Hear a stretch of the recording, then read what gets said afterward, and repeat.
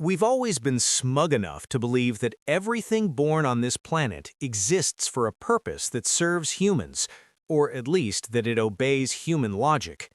Plants photosynthesize to create oxygen for us to breathe. Predators hunt to keep the ecosystem in balance, an ecosystem we benefit from. But at a depth of 10,000 meters, where light was suffocated millions of years ago, every logic you've ever known simply dissolves into thin air. Why would nature waste effort creating creatures shaped like a nightmare, then hide them in a place no eye can see? For what? What for? If you say they exist to maintain life, then why would they choose a place where life is, by definition, impossible? The answer sounds simple to the point of cruelty. Where there is an energy flow, there is life. On the surface, energy comes from the sun. In the depths, the sun is no longer relevant, so the deep ocean must live on other sources, scarcer, slower, and harder to obtain. Imagine you were falling freely toward the ocean floor, meter by meter, as darkness gradually devours everything. First comes the twilight zone, the zone of faint light from 200 to 1,000 meters. Here, organisms have already begun to change to adapt to the encroaching darkness. They become transparent like glass, like the glass squid or the glass octopus, so they can blend into seawater, turning themselves into invisible ghosts. Or they generate light themselves, bioluminescence, a miraculous chemical reaction that converts chemical energy into cold light. This light is used to lure prey, communicate with their own kind, find mates, or even to vanish into the dark by illuminating the underside, counter-illumination, erasing their silhouette from below. Perfect camouflage using the very thing they create. But that is only the beginning. Keep diving deeper, down into the midnight zone, from 1,000 to 4,000 meters. Pressure rises to hundreds of times that of the surface, enough to crush a submersible. Temperature drops close to freezing, only around 4 degrees Celsius, and food so scarce that a meal may come months apart, sometimes even years. Here, there is no room for waste.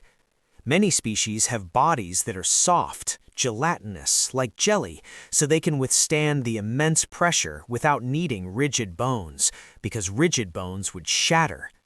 Some fish have mouths so huge they are larger than the rest of their body, like anglerfish with a glowing lure dangling in front of the mouth, or viperfish with razor teeth longer than their heads, so they can swallow anything that drifts past because feeding opportunities are so rare. And then you meet the giants. A giant isopod the size of a small dog, up to 50 centimeters long, with an armored shell like steel plating, wandering around scavenging for corpses. A colossal squid, longer than a school bus, with eyes as big as basketballs, the largest eyes in the animal kingdom, built to collect the tiniest leftover traces of light.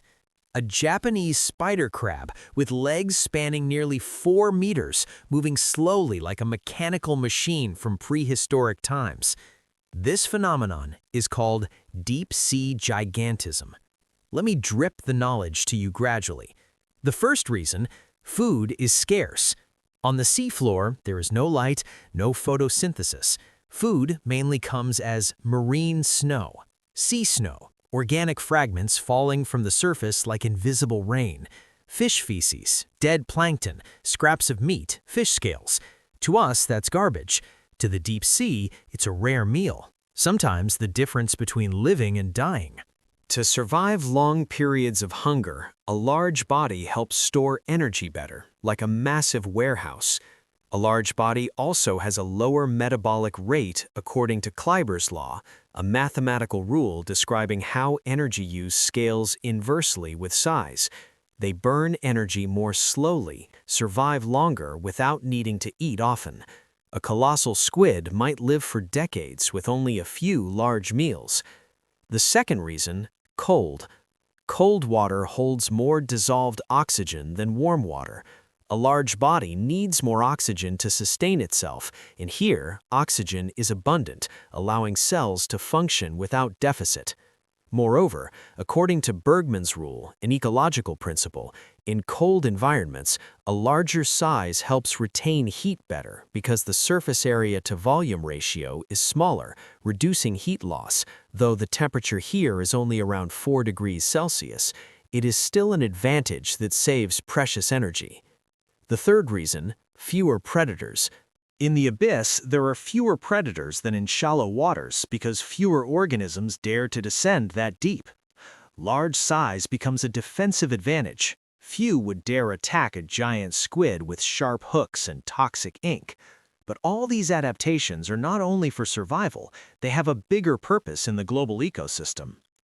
A second energy source lies in even stranger places: hydrothermal vents and cold seeps. Hydrothermal vents and cold springs on the seafloor. There, superheated water erupts from Earth's crust, carrying chemicals like hydrogen sulfide and methane. Bacteria do not eat light, but eat chemicals through chemosynthesis, turning chemicals into energy. These bacteria are the foundation that supports an entire ecosystem. Tube worms longer than 2 meters, with no mouth and no gut, living thanks to symbiotic bacteria inside. Giant crabs, giant clams, white shrimp, a city on the seafloor operating without the sun.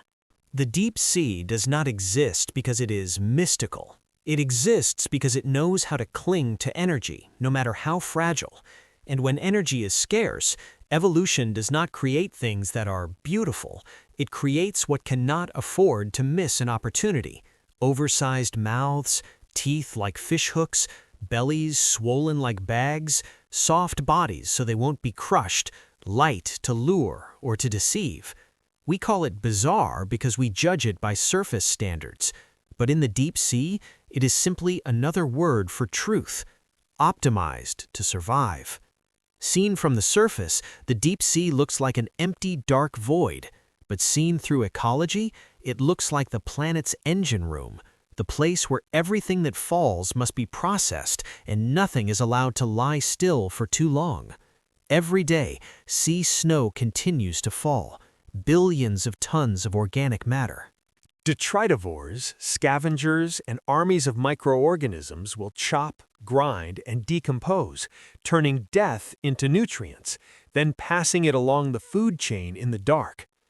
Sometimes there is an enormous gift, a whale fall, a whale carcass reaching the seafloor, an oasis that can feed thousands of organisms for decades, even centuries. Scavengers arrive first, then specialized species follow, and microbes complete what remains. Here, death does not disappear, it is converted into new life. They also turn over the sediment, making burrows, flipping mud, mixing the seafloor layers, helping oxygen and nutrients seep deeper. Meaning they do not merely live off the system, they keep the system running smoothly.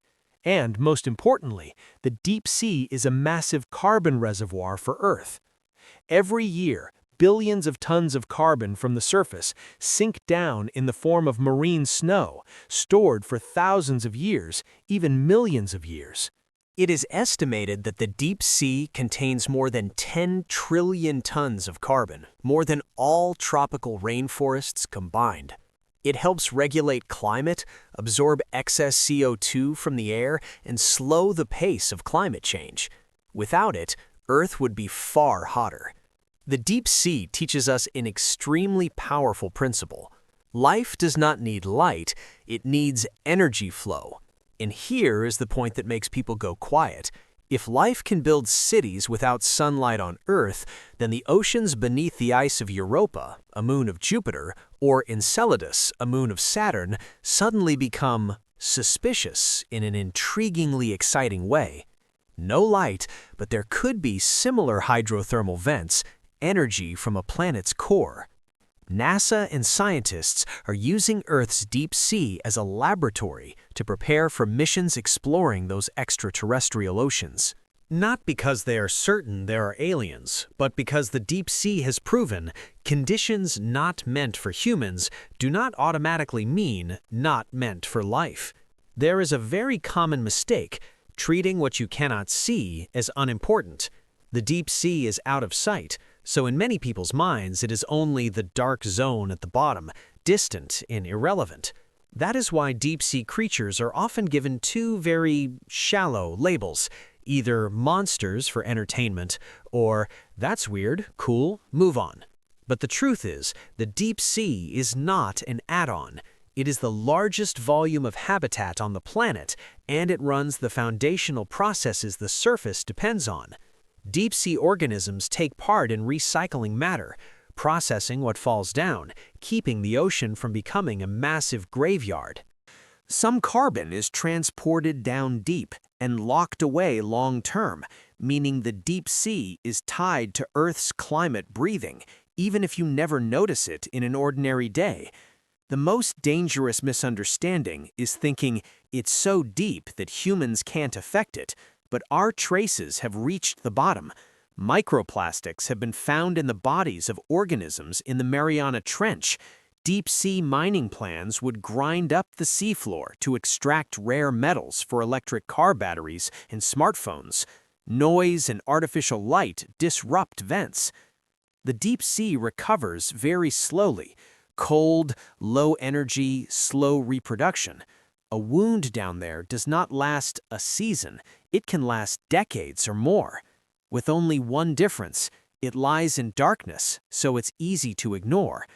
There is an idea that makes humans uncomfortable. Maybe the deep sea has no obligation to be easy to understand or meaningful to us.